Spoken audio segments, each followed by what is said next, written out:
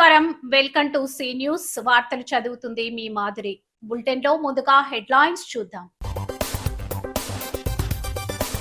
ROB నిర్మాణ పనులను పరిశీలించిన కందుల, నాణ్యతతో కూడిన నిర్మాణం చేయాలని దిశానిర్దేశం.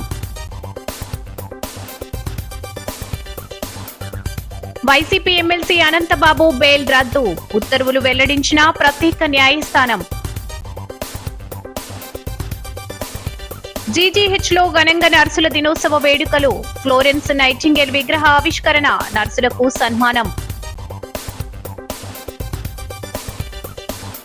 నైపుణ్యాల పెంపుకు ప్రత్యేక వేసవి శిబిరాలు, సమ్మర్ క్యాంప్ పరిశీలించిన కలెక్టర్ కీర్తి చేకూరి.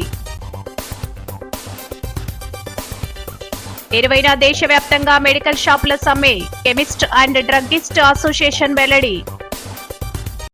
రాష్ట్ర పర్యాటక, సాంస్కృతిక, సినిమాటోగ్రఫీ శాఖ మంత్రి కందుల దుర్గేష్ నిడదవోలు పట్టణ అభివృద్ధి, మౌలిక సదుపాయాల కల్పనపై ప్రత్యేకంగా దృష్టి సారించారు. ఈ నేపథ్యంలో నిడదవోలు పట్టణంలో విస్తృతంగా పర్యటించి అధికారులకు దిశానిర్దేశం చేశారు. పట్టణ అభివృద్ధిలో అత్యంత కీలకమైన ఆర్ఓబి రైల్వే ఓవర్ బ్రిడ్జ్ నిర్మాణ పనులతో పాటు డ్రైనేజీ వ్యవస్థను ఆయన ప్రత్యక్షంగా పరిశీలించారు. ముందుగా నిర్మాణంలో ఉన్న ఆర్ఓబి పనులను పరిశీలించిన మంత్రి దుర్గేష్ పనుల తాజా స్థితిగతులపై అధికారులను ఆరా తీశారు. నీటి మళ్లింపు చేస్తూ ప్రజలకు రాకపోకల పరంగా ఎలాంటి ఇబ్బంది కలగకుండా చర్యలు తీసుకుంటున్నట్లు అధికారులు మంత్రికి వివరించారు. ఈ సందర్భంగా మంత్రి మాట్లాడుతూ పట్టణ ప్రజల దశాబ్దాల కలైన ఈ బ్రిడ్జిని యుద్ధ ప్రాతిపదికన పూర్తి చేసి అందుబాటులోకి తీసుకురావాలని అధికారులను ఆదేశించారు. నిర్మాణం పూర్తయితే పట్టణంలో ట్రాఫిక్ సమస్యలకు శాశ్వత పరిష్కారం లభిస్తుందని ఆయన పేర్కొన్నారు. అనంతరం జెండాల వీధి నుండి బస్టాండ్ వరకు జరుగుతున్న డ్రైనేజీ నిర్మాణ పనులను మంత్రి దుర్గేష్ పరిశీలించారు.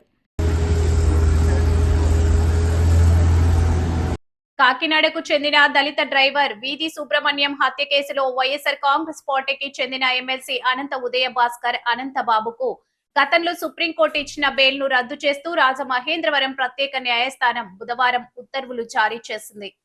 డ్రైవర్ వీధి సుబ్రహ్మణ్యం హత్య కేసులో 4 సాక్షులను అనంతబాబు ప్రలోభపెట్టారు.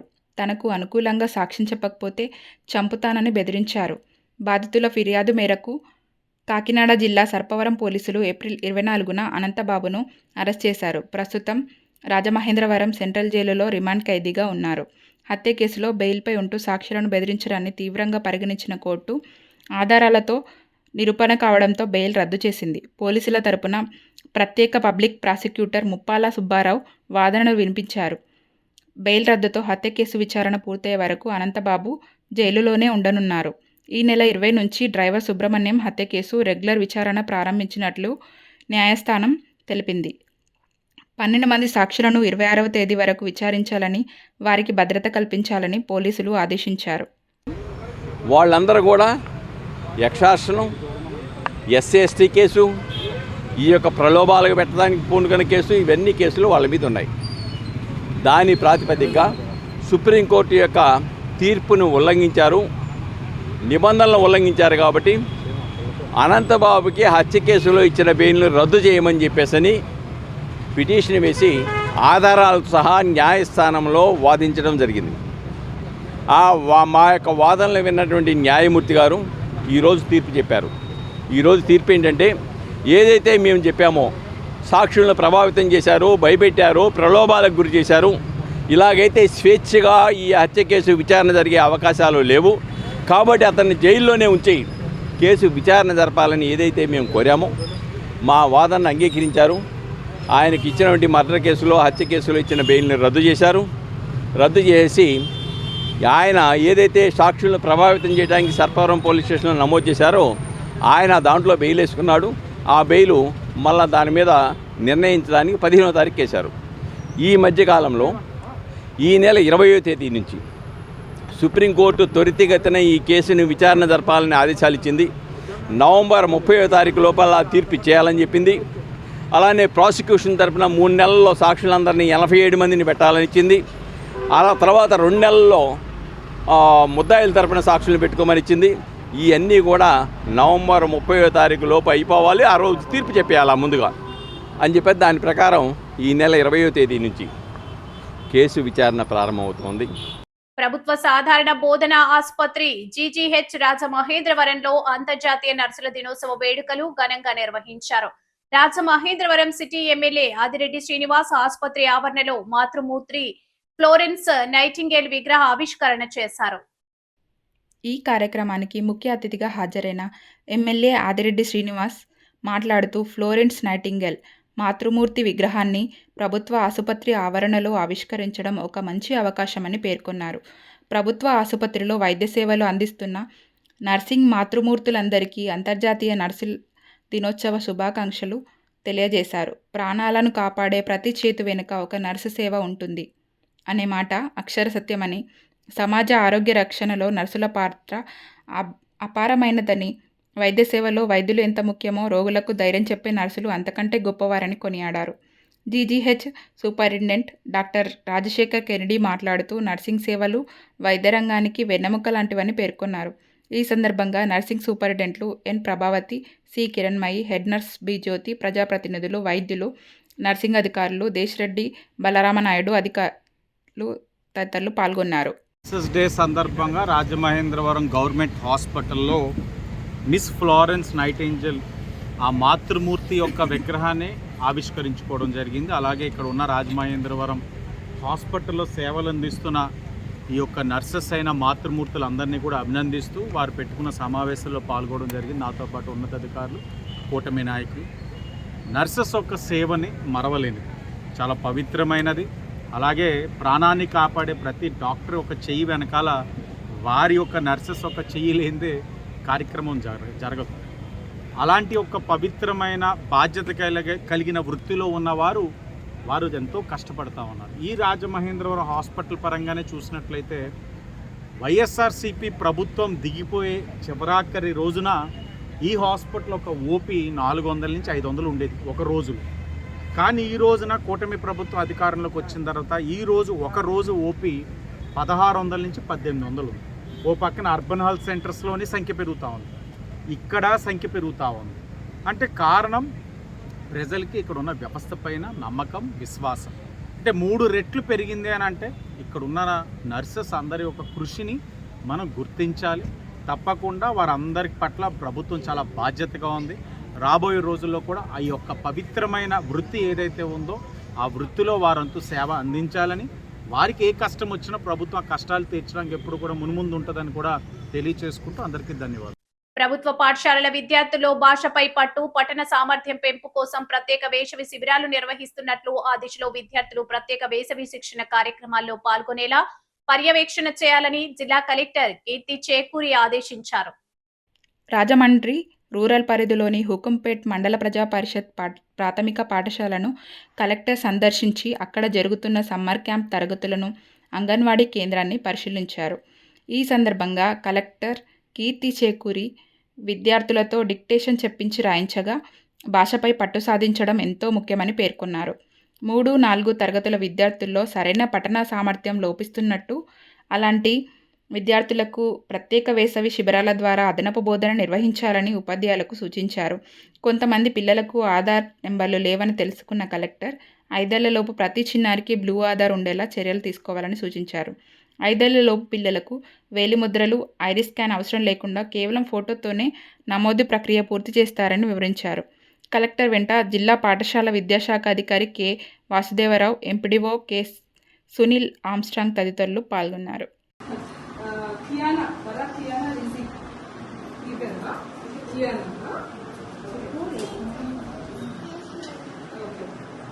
అఖిల భారత కెమిస్టుల సమైక్య పిలుపు మేరకు ఈ నెల 20వ తేదీ బుధవారం ఆల్ ఇండియాలో మెడికల్ షాపులు యజమానులు సమ్మె చేస్తున్నట్లు east Godavari drug trade welfare association, the Rajahmundry chemist and druggist association వెల్లడించింది.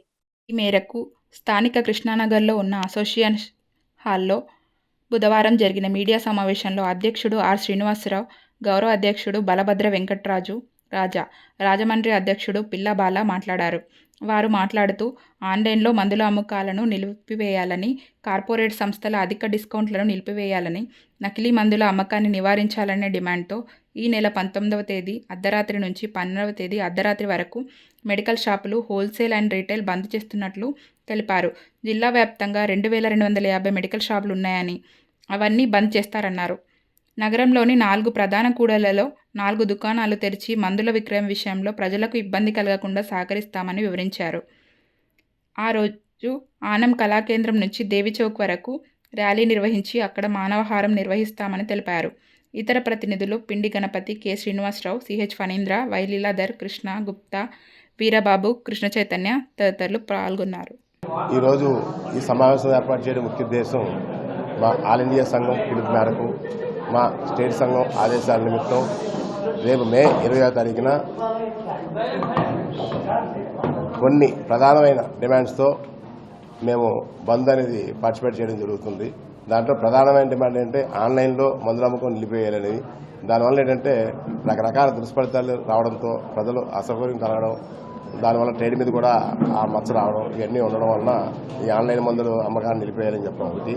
అదేవిధంగా టోటల్గా ఈ ఆన్లైన్ మందులు కార్పొరేట్ షాప్ ఏదైతే డిస్కౌంట్ ఇస్తున్నాయో ఆ డిస్కౌంట్ ఇవ్వడం అనేది తగదు కాబట్టి అది కూడా రద్దు చేయాలని చెప్పి చెప్పడం ఒకటి. అదేవిధంగా భవిష్యత్తులో ఏది కూడా ఈ నకిలీ మందుల అమ్మకాలను నిలిపేయాలని చెప్పడం ముఖ్య ఉద్దేశం ఏంటంటే ఎక్కడా కూడా స్పూరియస్ డ్రగ్స్ రాకుండా మేము దాన్ని చర్య తీసుకునే డిపార్ట్మెంట్ వారు ట్రేడ్లోకి అది రాకుండా మా మీద మచ్చపడకుండా మేము అన్ని రకాలుగా సహకరిస్తామని చెప్పి మీ అందరికీ మేము తెలియజేసుకుంటూ ఈ రేపు 20వ తారీఖు బంద్ సందర్భంగా మేము తీసుకునే నిర్ణయాల్లో ప్రజలకు ఎక్కడా కూడా అసౌకర్యం కలగకుండా ఆ రోజు రాజమండ్రి అర్బన్ వరకు 4 సెంటర్లుగా డివైడ్ చేసి ఈ 4 సెంటర్లకి 4 పెద్ద షాపులకి మేము పర్మిషన్ ఇవ్వడం జరిగింది. అదేవిధంగా ఎక్కడన్నా ఎవరికన్నా ఇబ్బంది కలిగిస్తే మీ దృష్టిలోకి వచ్చినట్టయితే మేము కొన్ని నెంబర్లు మీకు ఇవ్వడం జరుగుతుంది. ఆ నెంబర్కి కానీ మీరు కాల్ చేస్తే మేము దగ్గరుండి వారికి ఇబ్బంది కలగకుండా చూసే బాధ్యత మేము తీసుకుంటాం అని చెప్పి మీ ద్వారాగా మేము పబ్లిక్ అంతా కూడా తెలియజేస్తున్నాం.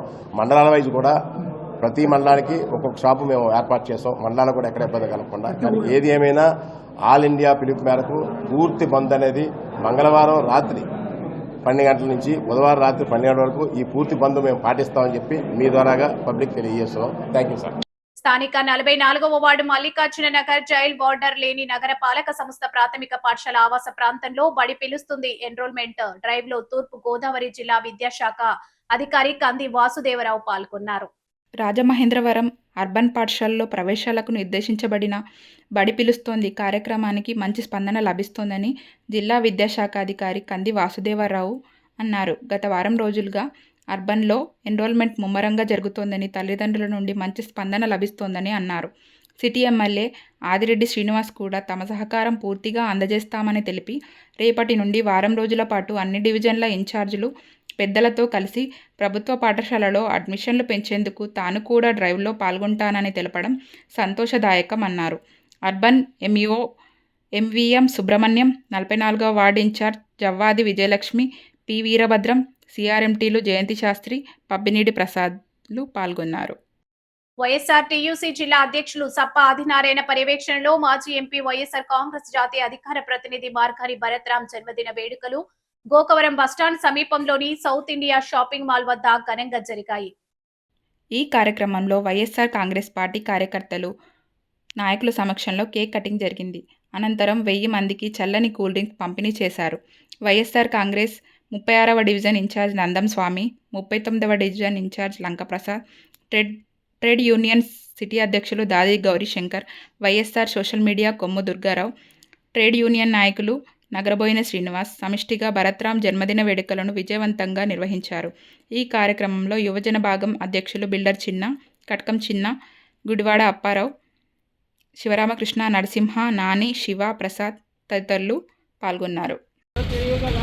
ఈరోజు రాజమండ్రి మాజీ పార్లమెంట్ సభ్యులు శ్రీ మార్గాని భరత్రామ్ గారి జన్మదిన వేడుకల్ని వాకార్ bus stand South India complex opposite Gandhi బొమ్మ వద్ద మరి ఈ రోజున ట్రేడ్ యూనియన్ జిల్లా అధ్యక్షుడు సప్ప ఆదినారాయణ, అలాగే 36వ వార్డు ఇన్ఛార్జు నందం స్వామి గారు, అలాగే 39వ వార్డు ఇన్ఛార్జు లంక ప్రసాద్ గారు, అలాగే ట్రేడ్ యూనియన్ అధ్యక్షుడు దాడి శంకర్ గారు, అలాగే నగరబోయిన శ్రీనివాస్ గారు ట్రేడ్ యూనియన్ నాయకులు, అలాగే సోషల్ మీడియా నాయకులు దుర్గారావు, కొమ్మూటి దుర్గారావు, అలాగే బిల్డర్ చిన్న గారు, ఇంకా వివిధ విభాగాల సభ్యులు వీళ్ళందరి సమక్షంలో ఈ రోజున ఇక్కడ కేక్ కటింగ్ చేయడం జరుగుతుంది.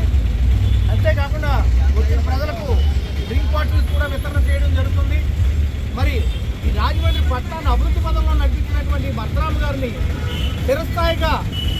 ప్రజలు గుర్తుండిపోయేలాగా ఆయన చేసిన అభివృద్ధిని అందరి దృష్టికి తీసుకెళ్ళి పార్టీని మరింత బలోపేతం చేసి భవిష్యత్తులో ఆయనకి మరింత ఉన్నత పదవులు రావాలని మనస్ఫూర్తిగా కోరుకుంటూ నగరపాలక సంస్థ కమిషనర్ రాహుల్ మీనా ఆదేశాల మేరకు నగరంలో అన్ని డివిజన్లో కళాజాత బృందం విభూతి బ్రదర్స్ ఆధ్వర్యంలో తడి చెత్త, పొడి చెత్త, హానికరమైన చెత్త, ప్రమాదకరమైన చెత్త వేరు చేసి శానిటేషన్ సిబ్బందికి అందించడంపై బుర్రకథలు నిర్వహిస్తున్నారు.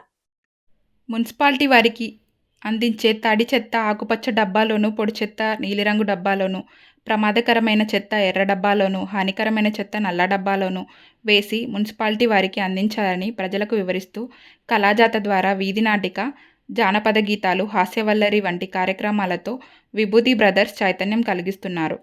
ప్లాస్టిక్ కవర్లు వాడినా, అమ్మినా 5,000 రూపాయల జరిమానా విధిస్తారని, సామాన్లకు నారసంచులు, గుడ్డ సంచులు మాత్రమే ఉపయోగించాలని, రోజుకు 2 డివిజన్ల చొప్పున ప్రోగ్రాం చేపట్టారు. శానిటేషన్ ఇన్స్పెక్టర్, సచివాలయం సిబ్బంది, ఆర్పీలు, డ్వాక్రా సంఘాల మహిళలు, 10వ వార్డు సచివాలయ సెక్రటరీ వెంకటేశ్వరరావు, మరో సెక్రటరీ రత్నశ్రీ తదితరులు పాల్గొన్నారు. ఎంత బాగా వాడుకున్నాము దాన్ని. అమ్మా మున్సిపాలిటీ వారు కొన్ని డబ్బాలు ఇచ్చారు, అంటే తడి చెత్త పొడి చెత్త వేరు చేయమని చెప్పి కొన్ని డబ్బాలు ఇచ్చారు. అలాగే ఇప్పటికే వాడుతున్నావా? అసలు తడి చెత్త పొడి చెత్త ఇచ్చిన డబ్బాతో ఏం చేశావు? మరుగుదొడ్లో పెట్టి నీళ్లు పోసుకుని వాడుకుంటున్నాం. చూడమ్మా, నీరు నిల్వ చేసుకుని అందరూ వాడుకుంటున్నారు. చాలా మంది ఆ డబ్బాలు అలాగే వాడారు తల్లి. మన మున్సిపాలిటీ వారు ఇచ్చే దానికోసం కాదు, తడి చెత్త వేరు చేసి మన మున్సిపాలిటీ వారికి ఇవ్వండి. తడి చెత్త ఇస్తే ఏంటంటే లాభం? అయ్యో, తడి చెత్త వల్ల కంపోస్ట్ ఎరువు తయారవుతుంది. అయ్యా, కంపోస్ట్ ఎరువు దాని మీద టీఏపీలు, యూరియాలు, అలాగే సూపర్ ఫాస్ఫేట్లు ఇవన్నీ ఉన్నాయి. అలాంటి బస్తాలు కొనుక్కో. బులెటిన్ ముగించే ముందు హెడ్లైన్స్ మరోసారి. ఆర్ఓబి నిర్మాణ పనులను పరిశీలించిన కందుల, నాణ్యతతో కూడిన నిర్మాణం చేయాలని దిశానిర్దేశం. వైసీపీ ఎమ్మెల్సీ అనంతబాబు బెయిల్ రద్దు, ఉత్తర్వులు వెల్లడించిన ప్రత్యేక న్యాయస్థానం. జీజీహెచ్లో ఘనంగా నర్సుల దినోత్సవ వేడుకలు, ఫ్లోరెన్స్ నైటింగేల్ విగ్రహ ఆవిష్కరణ, నర్సులకు సన్మానం. నైపుణ్యాల పెంపుకు ప్రత్యేక వేసవి శిబిరాలు, సమ్మర్ క్యాంప్ పరిశీలించిన కలెక్టర్ కీర్తి చేకూరి. 20వ దేశవ్యాప్తంగా మెడికల్ షాపుల సమ్మె, కెమిస్ట్ అండ్ డ్రగ్గిస్ట్ అసోసియేషన్ వెల్లడి. ఈ వార్తలు ఇంతటితో సమాప్తం. నమస్కారం.